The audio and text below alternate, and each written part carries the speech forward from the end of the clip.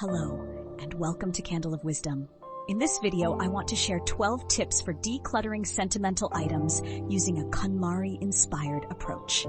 If you enjoy learning about mindful organization, please subscribe to Candle of Wisdom and turn on notifications. Also, I have a bonus tip at the very end, so be sure to watch until we finish. Let's begin by talking about gathering all of your sentimental items in one place. When you collect everything at once, letters, photos, trinkets, you see the full picture. This helps you realize how much you truly have and prepares you for a focused sorting session. I suggest you sort sentimental items last after other decluttering. It's often easier to deal with clothes or papers first. Once you build momentum and confidence, you'll be more prepared to tackle the emotional weight of keepsakes. Benefits are it reduces overwhelm and builds decluttering skills gradually. It gives you experience for harder decisions. It provides clarity before handling precious items.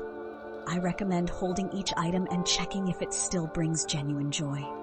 Ask yourself, does this truly warm my heart? If the answer is no, it's time to let it go.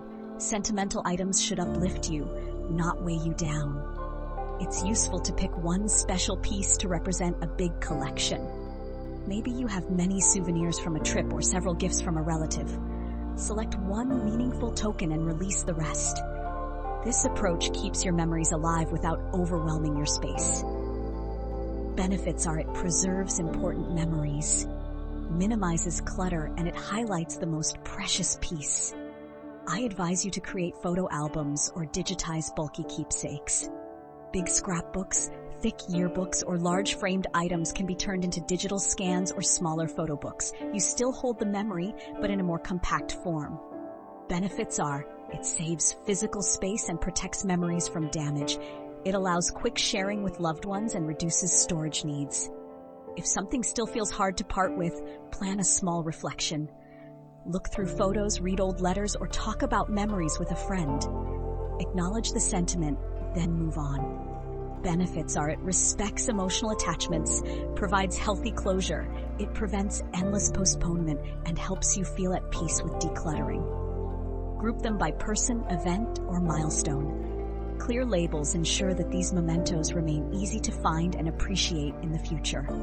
If possible, display one or two precious items rather than hiding them all.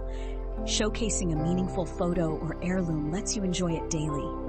It's a great reminder of special moments or people in your life. I recommend discarding or donating items with care and gratitude.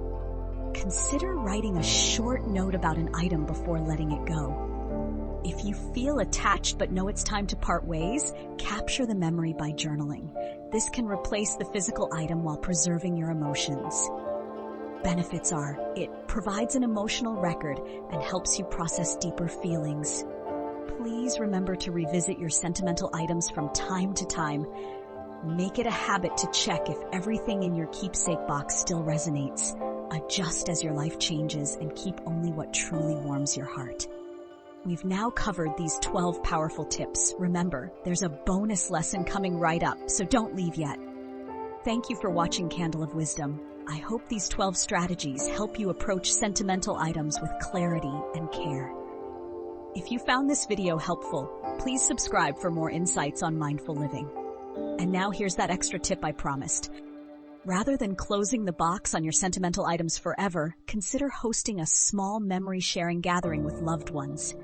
Bring out a few special items, share stories, and snap new photos together. By celebrating memories in a social, uplifting way, you transform simple keepsakes into meaningful connections and create fresh, joyful moments at the same time. Thanks again for joining me, and I'll see you in the next video.